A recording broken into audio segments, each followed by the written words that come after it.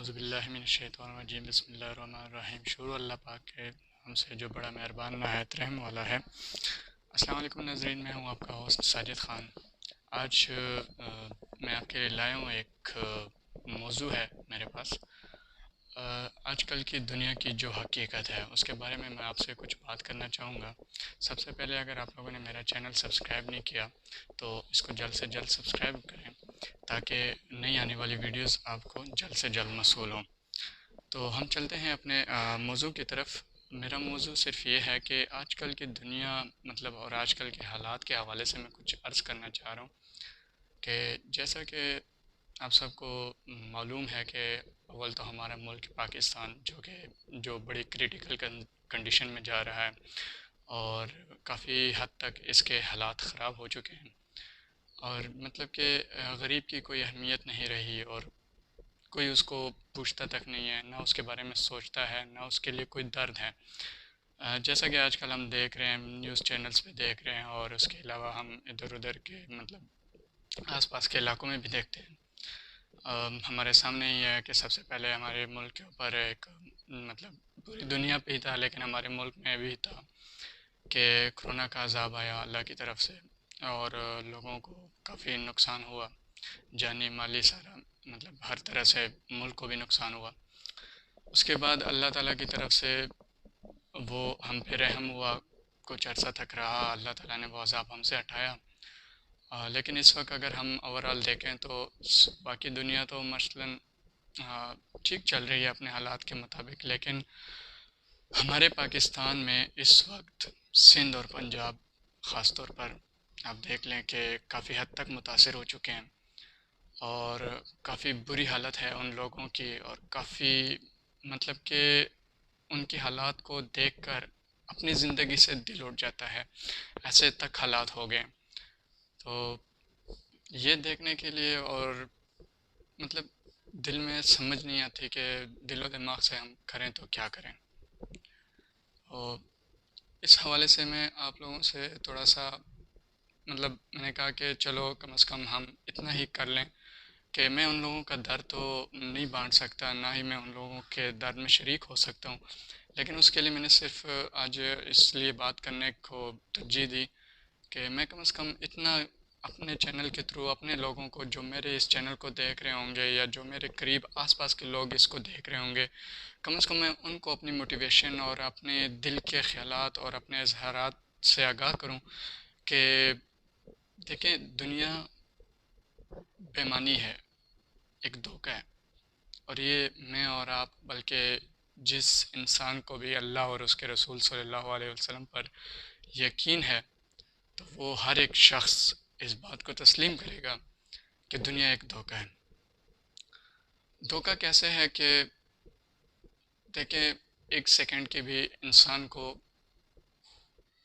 نہیں ہوتا یقین کہ میں اگلے لمحے میں کیا ہوں، کیا رہوں گا۔ سب سے پہلے تو اچانک سے آپ دیکھیں کہ حادثات ہو جاتے ہیں، انسان کس امید سے ہوتا ہے اور کیا ہو جاتا ہے۔ اس کے بعد اس کی سب سے اصل وجہ جو میرا ذہن مانتا ہے وہ یہ ہے کہ ہم اسلام سے دور ہو چکے ہیں، اللہ اور اس کے رسول کے احکامات سے دور ہو چکے ہیں۔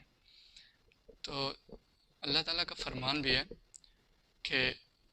میں اس قوم کی حالت اس وقت تک نہیں بدلتا جب تک وہ اپنے حالات خود بدلنے کی کوشش نہیں کرتا۔ تو یعنی کہ جب تک ہم اپنی حالت کو، اپنی سوچ کو خود نہیں بدلیں گے تب تک ہم کچھ نہیں کر سکتے۔ ہاں، یہ ضرور ہے کہ ہم اللہ سے امید رکھیں، یقین رکھیں اللہ پر، اور اللہ سے مانگیں۔ کہ اگر ہمیں راستے بند نظر آ رہے ہیں تو ہم اللہ سے مانگیں، مسجدوں کو آباد کریں۔ آج کل آپ دیکھ سکتے ہیں کہ مسجدوں کی حالات خستہ حال ہو چکی ہے، کہ کوئی ایسا عمل نہیں ہوتا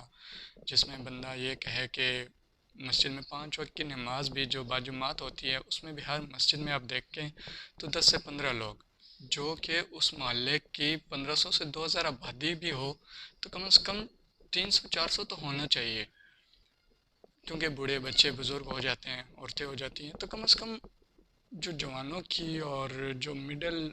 ایج کے لوگ ہیں ان کو تو کم از کم چاہیے کہ وہ مسجدوں کا رخ کریں۔ سب سے پہلے تو خیر میں معذرت چاہوں گا کہ اس میں میری خود بھی کمزوری ہے، میں بھی اس چیز میں بڑا کمزور ہوں لیکن پھر بھی اللہ کی طرف سے ہوتا ہے، اور دعا یہی کروں گا کہ اللہ مجھے بھی اس پر عمل کرنے کی توفیق عطا فرمائے۔ تو ہمارا ٹاپک یہ تھا کہ مطلب دنیا کے بارے میں ہم کہنا چاہ رہے تھے کہ آج کل ہر انسان اپنی ایک دوڑ میں لگا ہوا ہے۔ دوڑ کیا ہے؟ کوئی سیاست میں جا رہا ہے، کوئی چوری ڈکیتی میں جا رہا ہے، کوئی بزنس مین بننا چاہ رہا ہے، کوئی فلاسفر بننا چاہ رہا ہے، کوئی ڈاکٹر، کوئی انجینئر، کوئی کیا تو کوئی کیا، لیکن دنیا یاد رکھی ہوئی ہے، لیکن بھولا ہوا کیا ہے؟ اسلام، اور اسلام سے جڑی اس کی زندگی اور اپنی انسانیت اور اپنی مسلمانی اور اپنا کلمہ، یہ سب وہ بھول چکے ہیں، جس میں بھی شامل ہوں۔ تو دیکھیں، حضور صلی اللہ علیہ وسلم کی زندگی پر عمل پیرا ہونے سے ہی ہماری زندگی خوبصورت ہو سکتی ہے۔ یہ جو دنیا میں اور خاص طور پر ہمارے اس وقت پاکستان میں جو حالات چل رہے ہیں، اور جو ہمارے سندھ اور بلوچستان اور پنجاب کے بھائیوں، بزرگوں، بہنوں، عورتوں، ماؤں کے ساتھ ہو رہا ہے، اور کافی قابل مذمت ہے، یعنی کہ کچھ نہیں کہا جا سکتا اس کے بارے میں کہ ان کا درد ہم کیسے بانٹیں، ان کے ساتھ کیسے شریک ہوں، کیونکہ دل ایسے روتا ہے کہ جیسے مطلب کہ ان لوگوں کے ساتھ اگر میں کھڑا بھی ہو جاؤں نا، تو میری جو سوچ ہے، جو میرا مطلب ارادہ ہے ان کے لیے، وہ شاید پورا نہ ہو سکے، لیکن آخر میں وہی بات آ جاتی ہے کہ ان کے لیے بھی ہم مدد صرف اور صرف ہم نہیں کر سکتے، اللہ سے مانگنی پڑے گی، اور وہی ہمارا واحد ذریعہ ہے، اور وہی ہماری امید ہے کہ اللہ ہی سب کرنے والا ہے۔ تو ایک دفعہ اس طرح ہوا کہ حضور صلی اللہ علیہ وسلم کا ارشاد ہے کہ مطلب ایک بکری کا بچہ ہوتا ہے، دنیا کی جو حقیقت ہے، یعنی کہ جس کے پیچھے ہم دوڑ رہے ہیں، اور جس کو ہم نے اتنا قیمتی بنایا ہوا ہے اپنی زندگی کے لیے، کہ ہم سمجھتے ہیں کہ اگر یہ دنیا میں ہم کچھ نہ کر پائے نا، تو ہماری قیامت، مطلب قیامت تو خیر اسلام سے جڑی ہوئی ہے، اگر اسلام کی خاطر ہم کچھ کرتے ہیں تو پھر تو ہماری قیامت بھی ٹھیک ہے لیکن دیکھیں، اگر ہم دنیا کو صرف دنیا کی نظر سے دیکھیں گے تو ہماری قیامت کچھ نہیں ہے، اور ہمارے ہر مسلمان کا یہی عقیدہ ہے اور سوچ ہے اور ایمان ہے کہ اس زندگی کے بعد اگلی زندگی بھی ہے، جس میں ہمیں اللہ کو حساب بھی دینا ہے۔ تو اس حساب کے حوالے سے حضور صلی اللہ علیہ وسلم کا ارشاد تھا کہ اس دنیا کو اور اس دنیا کو جانو۔ کس طرح سے جانو؟ کہ حضور صلی اللہ علیہ وسلم فرماتے ہیں کہ ایک بکری کا بچہ ہوتا ہے، تو ایک گاؤں سے گزر رہے ہوتے ہیں، بکری کے بچے کو کوئی بیماری لگی ہوتی ہے، اور اس کے کانوں میں سے ایسے کوئی بیماری ہوتی ہے جس کی وجہ سے اس کو تکلیف ہو جاتی ہے، اور وہ مردہ حالت میں مطلب پڑا ہوتا ہے۔ تو اس گاؤں سے حضور صلی اللہ علیہ وسلم کا گزر ہوتا ہے، تو حضور صلی اللہ علیہ وسلم اس کو جیسے ہی دیکھتے ہیں تو اس کے قریب جاتے ہیں اور دیکھتے ہیں کہ اس کو کیا ہوا ہے۔ تو جیسے ہی مطلب دیکھتے ہیں تو مطلب مردہ حالت میں پا دیتے ہیں، اور بکری کا بچہ مردہ ہوتا ہے۔ ساتھ والے گاؤں میں جو لوگ ہوتے ہیں ان سے مخاطب ہو جاتے ہیں، فرماتے ہیں کہ اے گاؤں والو، تو یہ جو بکری کا بچہ ہے، کیا تم میں سے کوئی ایسا ہے جو اس کی قیمت ادا کرے؟ اس کی 1 درہم قیمت ہے، آپ ادا کر سکتے ہیں؟ تو گاؤں والے آگے سے جواب دیتے ہیں کہ حضور صلی اللہ علیہ وسلم، اگر یہ زندہ بھی ہوتا اور اس کو وہ بیماری ہوتی تب بھی ہم اس کو قبول نہ کرتے، اب تو یہ ہمارے کسی کام کا نہیں ہے، مردہ حالت میں ہے،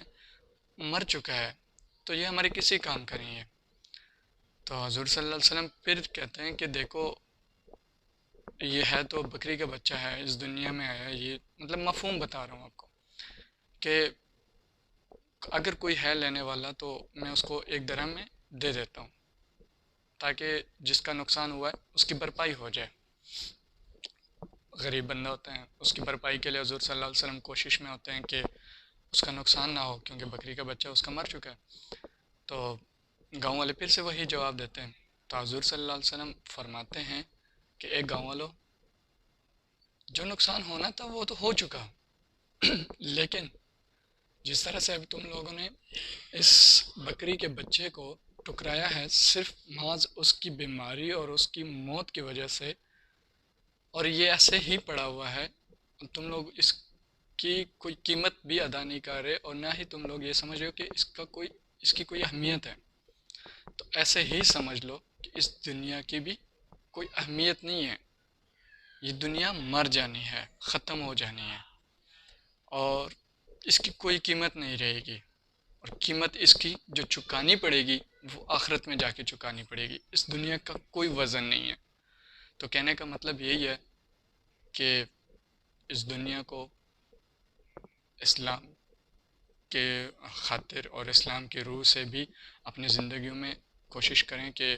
اسلام کو منور کریں، ترجیح دیں، نماز پڑھیں، روزہ رکھیں، حج زکوٰۃ ادا کریں، اور جتنا زیادہ ہو سکتا ہے غریبوں کی مدد کریں، کیونکہ آج ان پر ہے تو کل کو ہم پہ بھی ہو سکتا ہے، اور یہ تکلیف ہر انسان کے لیے ہے، کسی نہ کسی صورت میں آنی ہے، اور دنیا نے ختم ہونا ہے، ہم نے بھی ختم ہونا ہے۔ تو کوشش کریں انشاءاللہ کہ بہتر سے بہتر عمل کریں، تاکہ ہم اللہ اور اس کے رسول اگر حاضر ہوں تو ہمارے اعمال نظر آئیں۔ تو میرا بس کہنے کا مقصد یہی تھا کہ دنیا کے پیچھے، صرف دنیا کے پیچھے نہ بھاگیں، دنیا کے ساتھ ساتھ آخرت کو یاد رکھ کے چلیں، اور حضور صلی اللہ علیہ وسلم زندگی کی سنتوں پر ہمیں عمل کرنے کی توفیق اللہ فرمائے، اور اللہ ہمیں بھی صبر کرنے کی توفیق دے، اور ہمیں بھی ان لوگوں کی طرح بنائے جو اللہ اور اس کے رسول کو پسند ہے۔ تو آج تک اتنا ہی تھا، اجازت چاہوں گا، اللہ نے